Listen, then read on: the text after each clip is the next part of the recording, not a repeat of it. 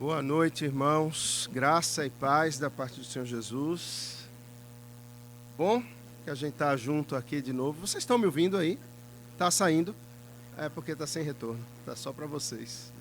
Mas, bom, depois de umas semanas sem estar presente aqui com vocês e continuar o estudo, graças a Deus a gente pode hoje continuar da onde a gente parou.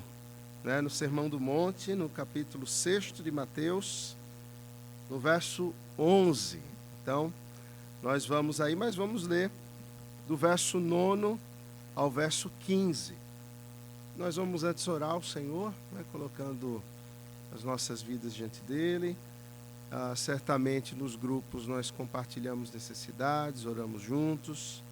E esse, sem dúvida alguma, é um tempo muito bom de comunhão. Mas vamos orar juntos também agora ao Senhor, pedindo graça de sua parte para esse tempo agora de meditação na palavra. Louvamos ao teu nome, Senhor, pelas tuas bênçãos, por tua misericórdia e graça. Senhor, pela liberdade que temos de nos encontrarmos e orarmos, colocarmos necessidades diante do Senhor, de te adorarmos pelo que o Senhor é, de te bendizermos, Senhor, por tua bondade, te louvarmos por tua graça derramada sobre nós e pelos teus atos feitos de justiça.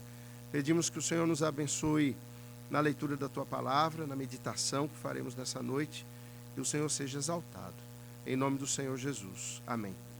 Tudo bem, nós estamos na oração do Pai Nosso, a oração dominical, a oração do discípulo, que o Senhor ensinou aos seus quando pregava o Sermão do Monte. E a partir do verso 9 o texto diz assim: portanto, vós orareis assim: Pai nosso que estás nos céus, santificado seja o teu nome.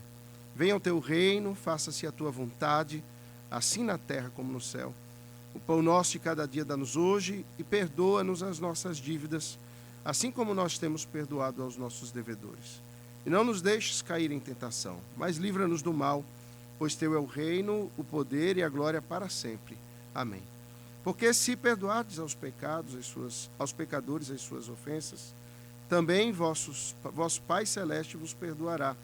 Se, porém, não perdoardes aos homens as suas ofensas, tampouco vosso Pai vos perdoará as vossas ofensas. O tópico em que nós pararemos hoje é o do verso 11. O pão nosso de cada dia dá-nos hoje.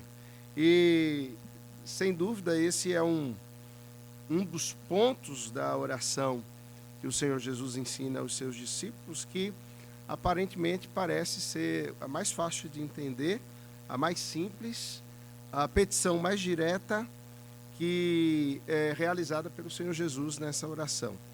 No entanto, ao longo dos anos, ao longo do tempo, talvez porque a gente seja muito complicado mesmo, houveram muitas interpretações sobre esse versículo que aparentemente é tão simples, aparentemente é tão fácil de nós compreendermos.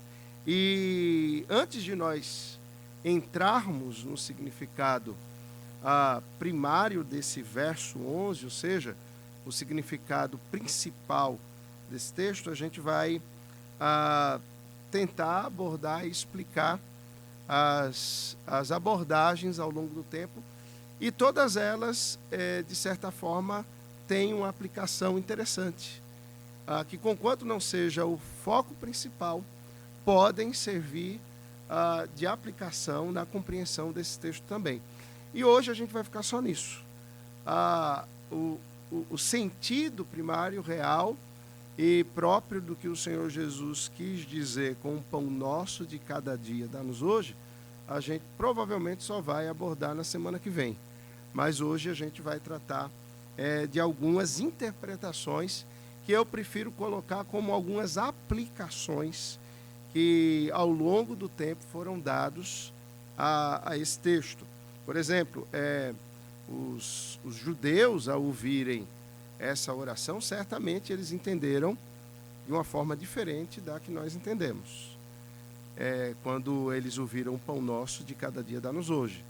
E ao longo da história da igreja, ao se orar esse texto, ao se orar essa petição orientada pelo Senhor Jesus, as demandas e necessidades de cada época levaram as pessoas a terem uma compreensão dentro da necessidade que elas tinham ao longo do tempo. E só para adiantar um pouco do que a gente vai tratar na semana que vem, mas para a gente não perder a linha do raciocínio do próprio Senhor Jesus nesse texto, a grande questão é que quando a oração do Pai Nosso ela é escrita, nos três evangelhos, nos evangelhos sinóticos, Marcos, Lucas e João, é usado ali um termo grego que não aparece em nenhuma outra literatura do mundo grego, em nenhuma época, e na tradução do texto isso trouxe muita dificuldade.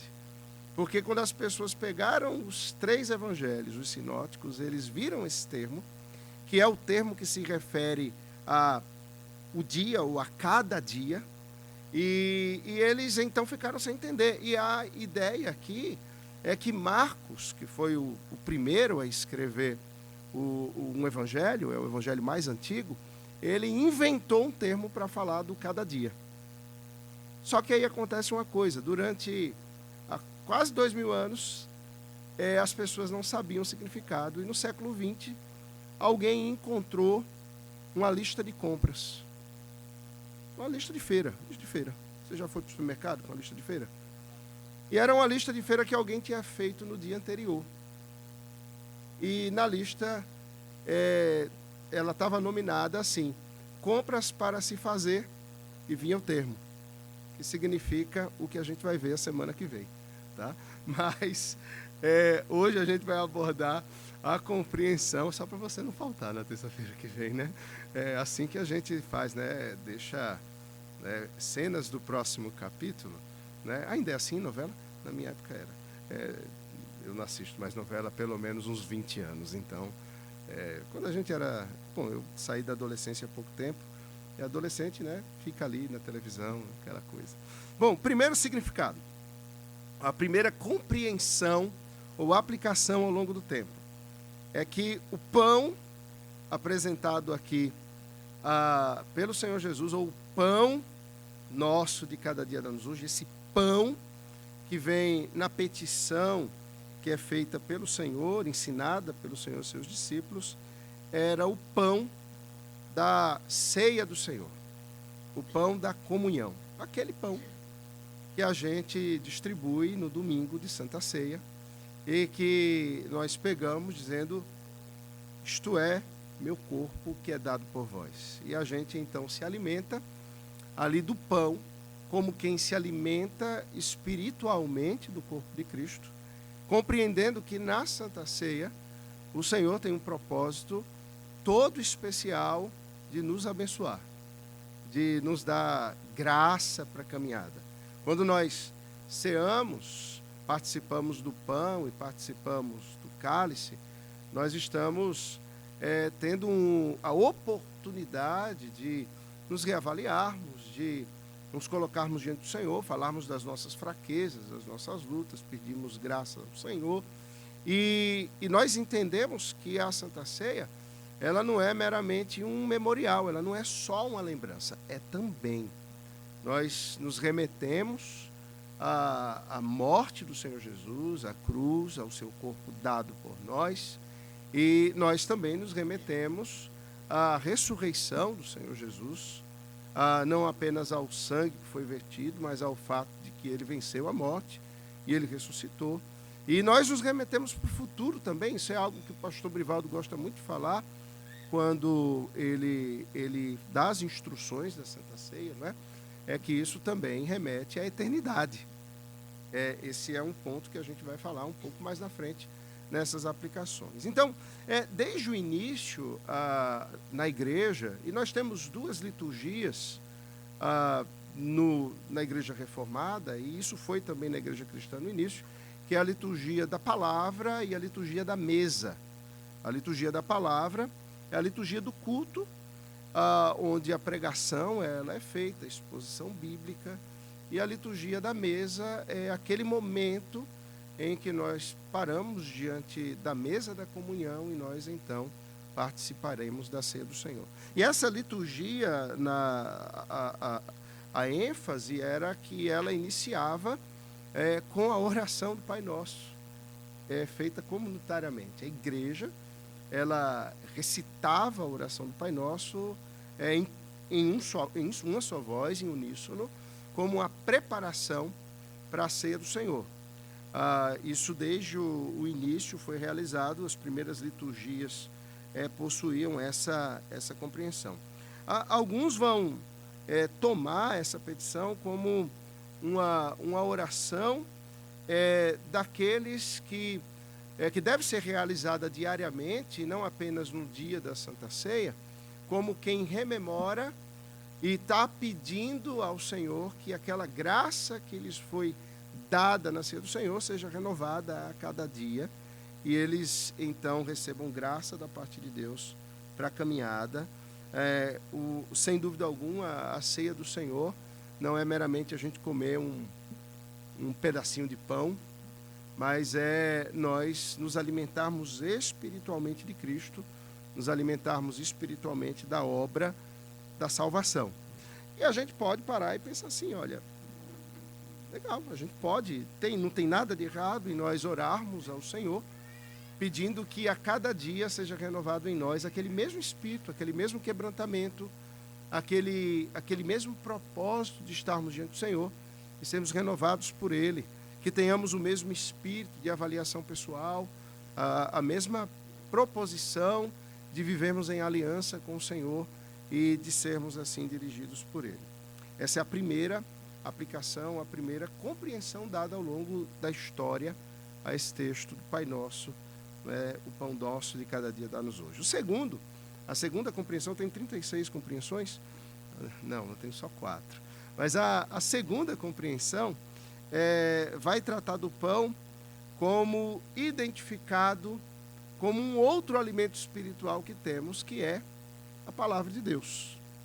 A palavra de Deus, as Escrituras Sagradas, a Bíblia, ela é o alimento.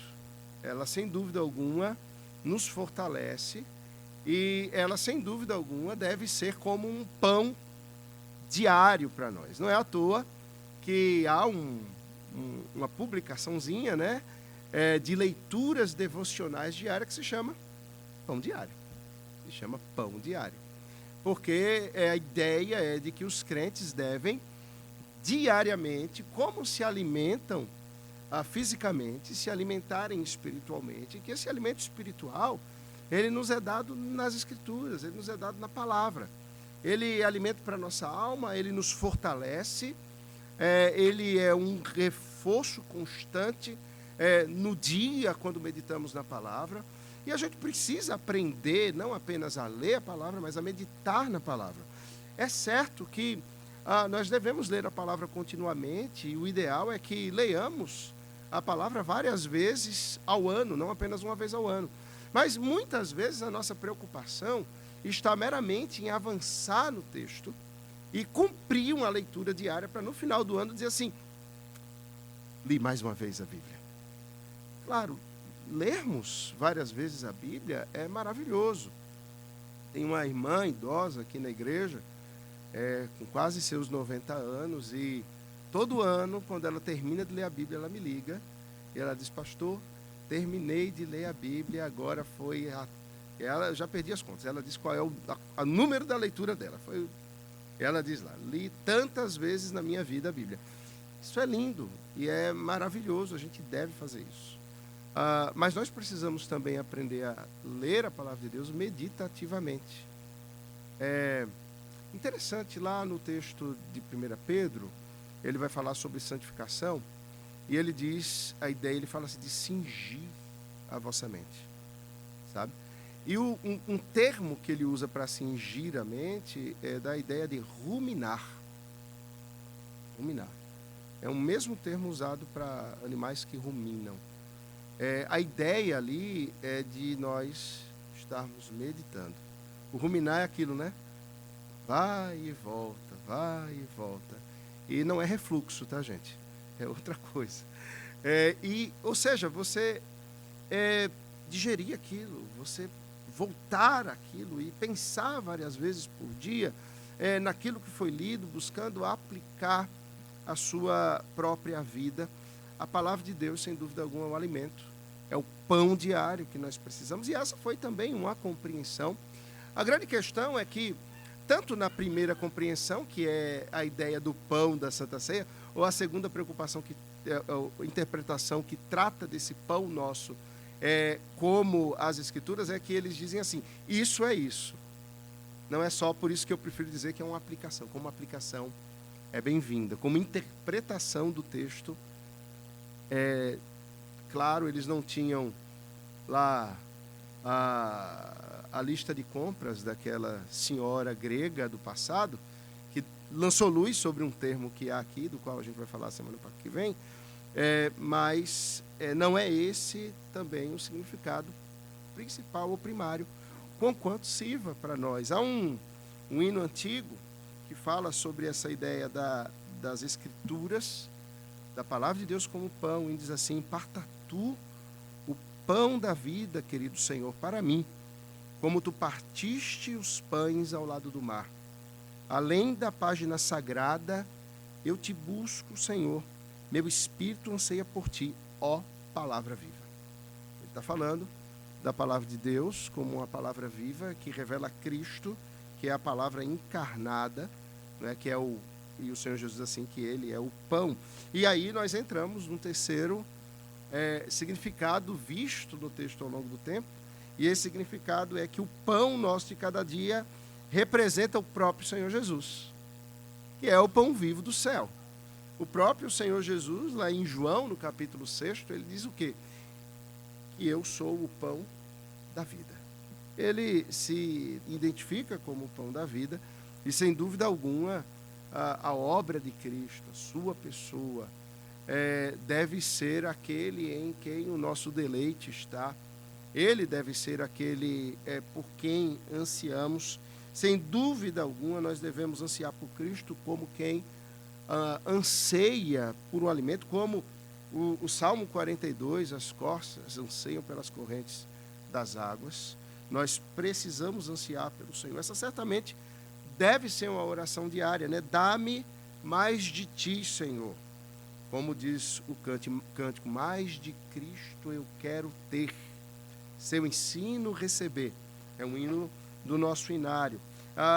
Nós devemos orar ao Senhor que diariamente sejamos alimentados com esse pão vivo do céu, que é o Senhor Jesus.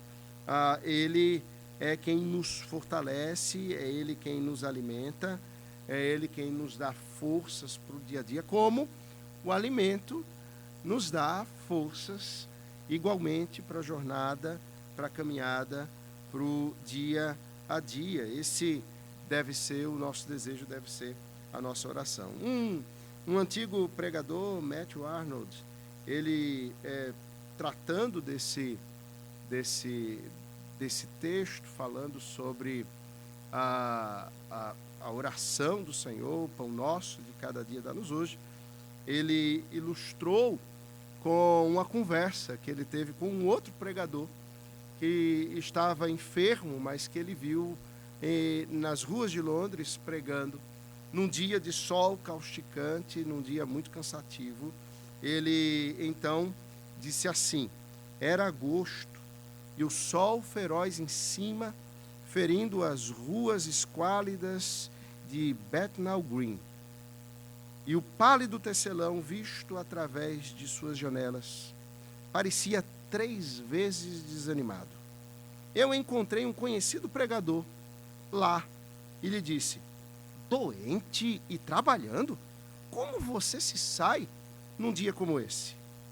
Bravamente, disse o pregador enfermo, pois ultimamente tenho estado muito animado com meus pensamentos em Cristo, o pão vivo. O pregador, ele deu a resposta, dizendo: olha, eu posso estar enfermo, mas o meu vigor e o meu ânimo é mais do que um vigor e um ânimo físico, é um ânimo espiritual, porque eu me alimento do pão vivo do céu, o pão espiritual. Pão nosso de cada dia dá-nos hoje, sem dúvida alguma, também pode ser feita como uma petição por um clamor por mais de Cristo, nos saciarmos mais nele, na sua obra, para que sejamos animados e fortalecidos nele, que certamente é o pão vivo do céu. Uma última interpretação ou aplicação, essa dada pelos judeus. O pão nosso, pelos judeus, escatologicamente, a compreensão deles era escatológica. Falar para um judeu assim, o pão nosso, isso tinha um significado na época do Senhor Jesus, muito específico, e Lucas conta como um dos presentes nos ensinos do Senhor Jesus. Ele vira para o Senhor Jesus e responde a uma de suas falas no capítulo 14, no verso 15 do Evangelho de Lucas, dizendo assim: bem-aventurado é aquele que comer pão no reino de Deus. Comer pão no reino de Deus. Reino de Deus para o judeu tinha um significado, e ainda tem um significado um tanto quanto diferente do nosso. Nós cremos num reino de Deus que ele já se revelou, né? O Senhor Jesus, ele tinha uma mensagem. Você lembra qual era a pregação repetida do Senhor Jesus? Arrependei-vos, porque é chegado o reino de Deus. Jesus, ele dizia, olha, arrependa-se, porque o reino de Deus chegou. O reino de Deus chegou comigo, era o que ele dizia. Eu sou o rei desse reino. E se o rei está presente, o reino está presente. Nós vivemos num mundo quebrado, mas não é porque ele está quebrado que ele não é de Deus. Ele é o mundo de Deus. Abraham Kuyper, ele dizia, não é? Não há um único centímetro no universo que Deus não possa dizer, é meu. Tudo está no reino de Deus e pertence a Deus. Mas os judeus, eles tinham uma outra compreensão. O reino de Deus, para os judeus, é a restauração da época e do reinado áureo de Israel. É um reino maior do que o reino de Davi, do que o reino de Salomão juntos. É o reino messiânico, e aí messiânico é o reino que vem daquele que é a raiz de Davi, que eles não aceitam ser o mestre, o Senhor Jesus, na ideia de que ele os libertaria dos seus inimigos políticos, dos seus inimigos ao redor, como Roma, que era a grande nação a subjugar Israel naquele tempo, e que ele, então, com seu poder, estabeleceria um reinado eterno em Jerusalém, com a grandeza do reino de Israel. Essa era a ideia. Guarda algumas proporções com o que nós pensamos, certamente. Nós aguardamos que o reino de Deus que é chegado, ele chegue em definitivo, com a restauração do novo céu e da nova terra, com o reino eterno de Cristo, um reino de paz e justiça estabelecido, onde todos aqueles que amam ao Senhor ressuscitarão com os seus corpos e viverão eternamente com Cristo. Eles sustentavam, então, que quando o Messias viesse, e aqui tem uma coisa interessante, e aí a imaginação, pelo menos a minha, fica... Eu vi o banquete, sabe? Eu acho que pastor Marcelo, ele é um dos adeptos dessa interpretação, e vocês vão entender o que eu estou dizendo agora. Eles entendiam que quando o Messias viesse, e quando essa idade de ouro de Israel fosse restabelecida e acrescida, haveria o que eles chamavam de banquete messiânico. Uma grande mesa com um banquete eterno que jamais acabaria. E mais, os escolhidos de Deus se sentariam a essa mesa, nesse banquete eterno, e os corpos dos dois monstros mitológicos presentes no Antigo Testamento e que são citados também em Apocalipse 12 e 13, Behemoth e Leviatã, os corpos deles seriam servidos num grande churrasco eterno. Era isso mesmo. A ideia é que Behemoth, Leviatã, a serpente, que Apocalipse chama de antiga serpente, não é?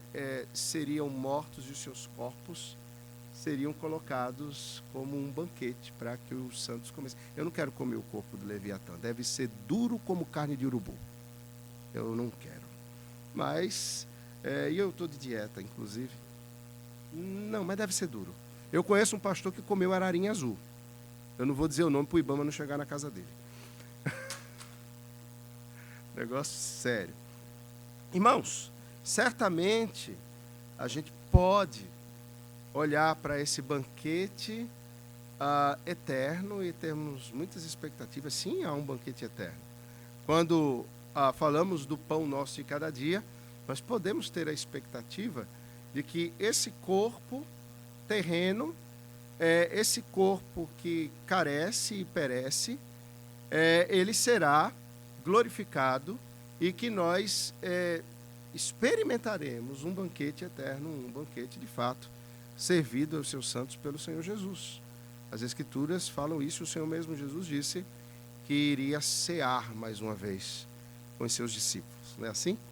E de fato, nós podemos tomar essa interpretação como uma aplicação, não na compreensão de reino de Deus que os judeus tinham, mas na compreensão de reino de Deus que o Senhor Jesus nos dá, do seu reino, de um reino que é espiritual, mas que também é físico, num reino em que toda a criação será restaurada e o Senhor terá todos aqueles dessa criação prostrados o adorando, e estes terão contentamento profundo no Senhor. Os seus corações se agradarão do Senhor e eles terão os desejos dos seus corações saciados nesse Senhor, o Mestre. Concluindo, irmãos, embora a gente não precise concordar com as interpretações dadas ao texto, como eu já disse, e a interpretação do texto a gente vai ver na próxima semana, se não estivermos no banquete eterno ainda com Jesus. Mas, conquanto a gente não precise concordar, nós podemos certamente nos animar com as aplicações dadas a estas interpretações. Sim, a gente pode olhar para o pão nosso de cada dia e pensar, sem dúvida alguma, na palavra de Deus. Nós podemos pensar em Cristo, nós podemos pensar, sim, no banquete eterno. Nós podemos, sem dúvida, levar a nossa mente para isso e desejar o Senhor, desejar estarmos com Ele. Essas são aplicações que têm sentido e relevância. Nós precisamos de comunhão diária com o Senhor. E aquela comunhão que temos na Santa Ceia, ela precisa ser refletida no nosso dia a dia. Ela precisa nos impulsionar a uma vida de comunhão com o Senhor. Nós saímos da Santa Ceia animados, fortalecidos, alimentados e começamos a nos preparar para a próxima ceia. Isso deve nos conduzir. Nós precisamos olhar para Cristo, entendendo que Ele é o que nós precisamos, como o povo de Israel precisava no deserto do maná, do pão que caía do céu. Conquanto o Senhor não caia do céu, Ele desceu do céu voluntariamente. E Ele diz, eu sou o pão vivo, ou o pão da vida. Certamente a gente pode olhar para o pão e desejarmos também a palavra de Deus, e meditarmos na palavra de Deus como um alimento diário. Devemos, como crentes, fazer isso.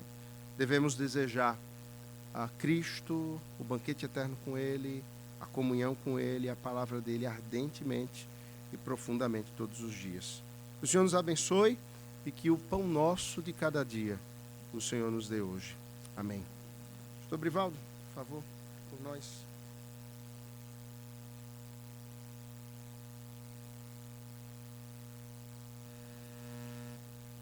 Vamos orar, queridos, vamos colocar de pé. Pastor Vitor estava pregando e eu falando ali para Lauro, dizendo assim, a gente sempre devia estar na expectativa da próxima ceia. Às vezes parece que a gente não tem isso em mente, né?